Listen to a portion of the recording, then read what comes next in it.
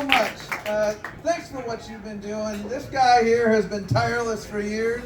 My good friend Walter Tejada, when I was on the Montgomery County Council, he was here in Arlington. We held the meetings of the Latino caucuses in a VW Bug or a phone booth. Now we see the remarkable growth of our community, and it's going to continue. And you know, just to keep on this topic, I had the privilege of working for Senator Kennedy and doing his criminal justice portfolio. And I had the privilege before that of being a prosecutor in the Civil Rights Division of the Justice Department. You know, we did a lot of work with police departments that were broken. I learned early on that the most important tool that a police officer has is the respect of the community.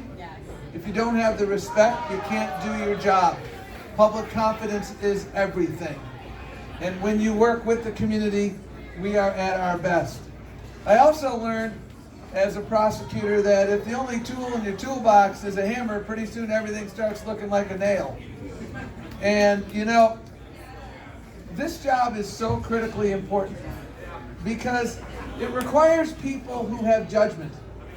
It requires people who have that ability. You know, I used to give my nieces and nephews when they turned 14, I gave them all a copy of my favorite book that I've ever read, which is To Kill a Mockingbird.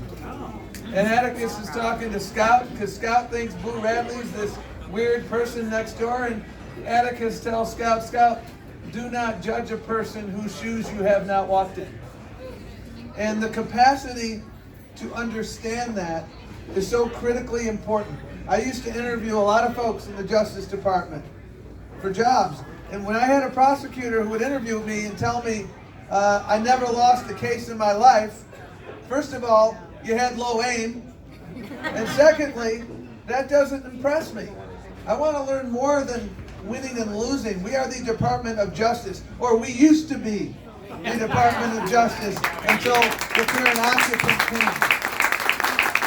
And so if you want to talk about how you can make differences, the reason why the mission of the DNC under my leadership and our leadership is to elect Democrats up and down the ballot from the school board to the Oval Office is because every single one of those offices matters so much. When you have the right school board, you can go a mile. When you have the right Commonwealth's attorney, you can do such great things. When you have the majority in the State House of Delegates, as we will, in less than 45 days, folks, we can make such a difference. When we take the State Senate in less than 45 days, folks, we can do this. And I've been in your Commonwealth all day. I started my day on a plane from Nashville. I went down to Southern Virginia, and I drove all the way back up. I was at Hampton. I was at William and Mary. I was at Virginia State. I was in Manassas. You know, the Manassas I remember from Montgomery County was the Manassas of 10 years ago when the Republicans had control. That Manassas is in the rearview mirror, and I'm excited about that. I'm excited that Corey, you know who, is in the minority and about to be in the minority. I don't even mention his last name because all across this state, folks, people are stepping up. I told this story before, but I got to tell it one more time, and I apologize. I did full disclosure. I'm the lifetime, co-captain of her fan club. So she gets elected. Hand to God. I don't know, end of January, early February, I get a call from a woman that you might know named Nancy Pelosi, and native daughter of Maryland. That's where she learned politics, from her dad and her family, and a wonderful, wonderful Speaker of the House. Can we give it up for her? And a mentor. And she called me up, and the reason she was calling me, every so often she calls me with an oddball question. And the oddball question she asked me was, hey, Tom, do you know Elizabeth Guzman? And I said, hell, I know Elizabeth Guzman. I went the whole shooting match. And I didn't ask her why she asked me the question. I just kept moving on to our next topic. And then literally 36 hours later, I see the announcement. Delivering in Spanish The Democratic response to the State of the Union will be delegate Elizabeth Guzman. Boy, is that a point of pride for me, for our community, and for our Commonwealth. You have served us proud. And all the people here, and all the people who helped you, and everybody else make that historic progress. I come to you with gratitude, because we got to go back for a moment, turn the clock back to the run-up in 2017.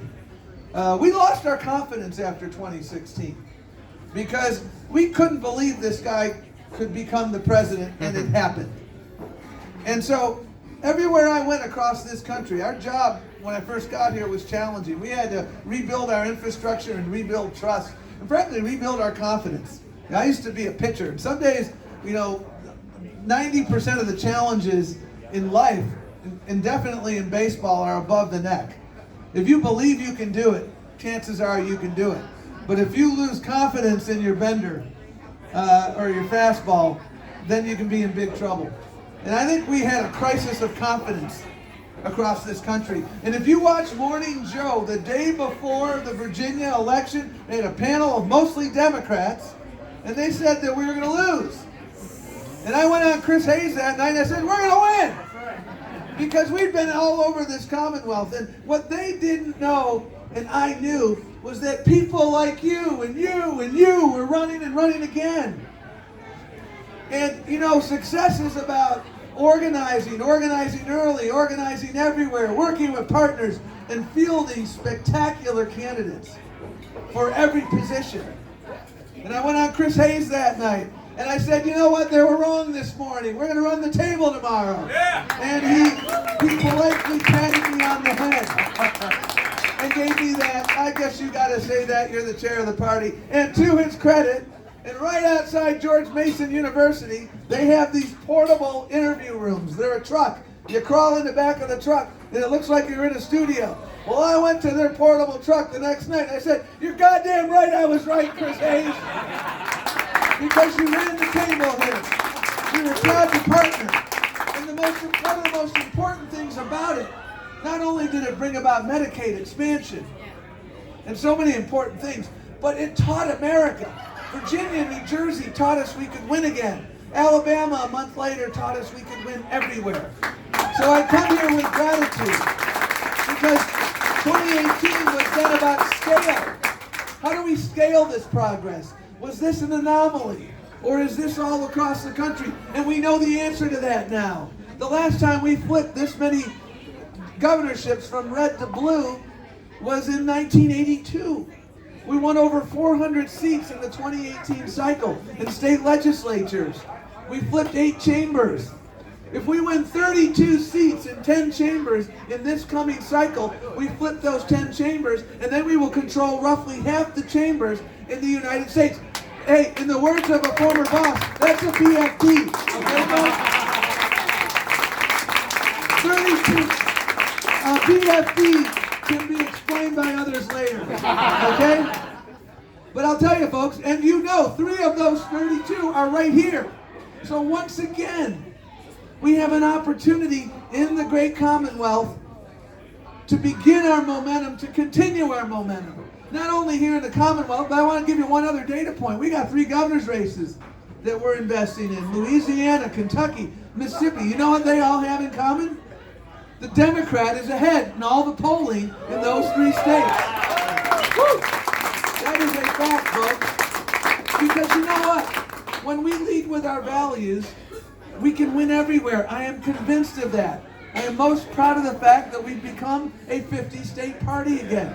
Because it doesn't matter where you live. If you have a pre-existing condition, you want to keep your health care. It doesn't matter where you win. You want your elected official to be fighting against the pharmaceutical industry, not getting in bed with the pharmaceutical industry. It doesn't matter where you win. If you're a woman, you shouldn't be a pre-existing condition. And the other folks want you to be a pre-existing condition again.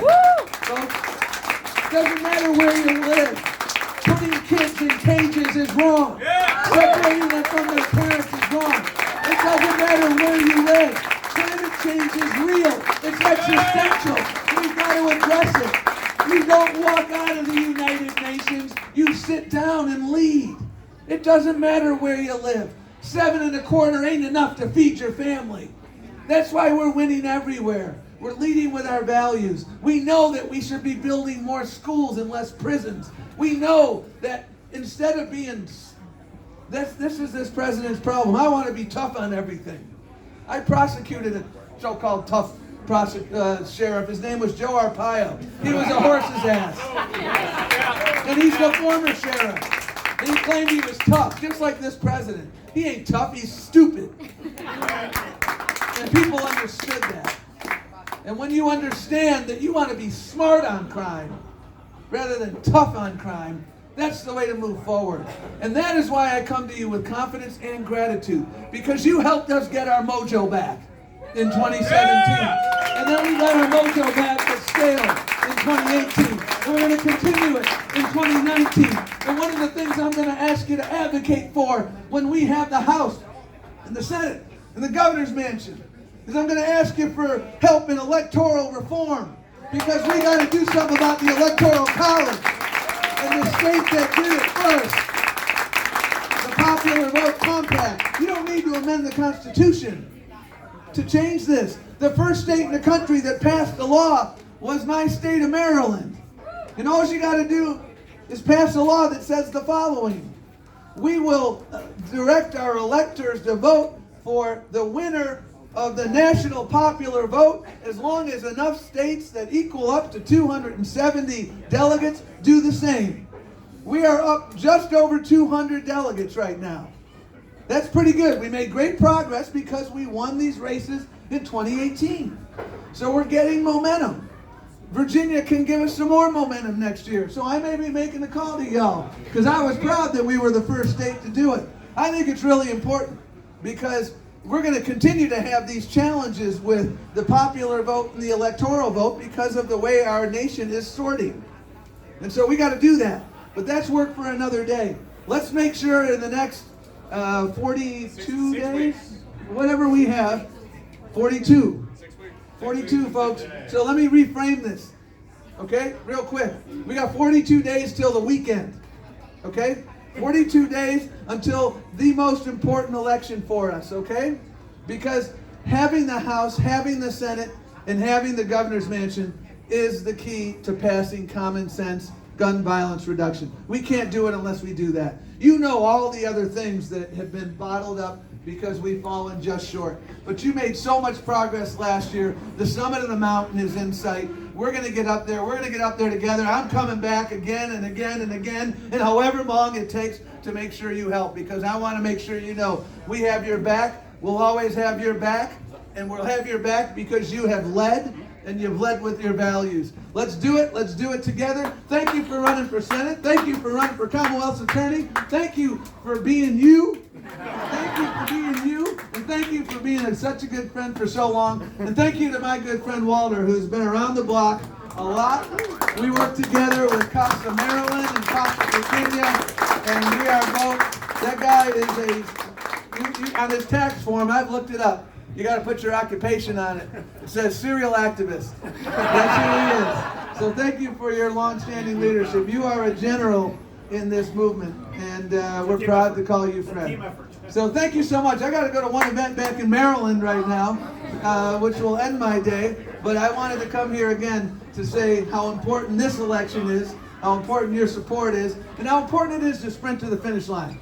Because this is different than 2 years ago. We don't got the folks at the top of the ticket. And so we've got, and we have to fight complacency. We think we have it in the bag. And every time you think we have it in the bag, think about that coin flip that we lost. You know? And so the day before, think about 10 more people that you haven't reached out to and get them out to the polls.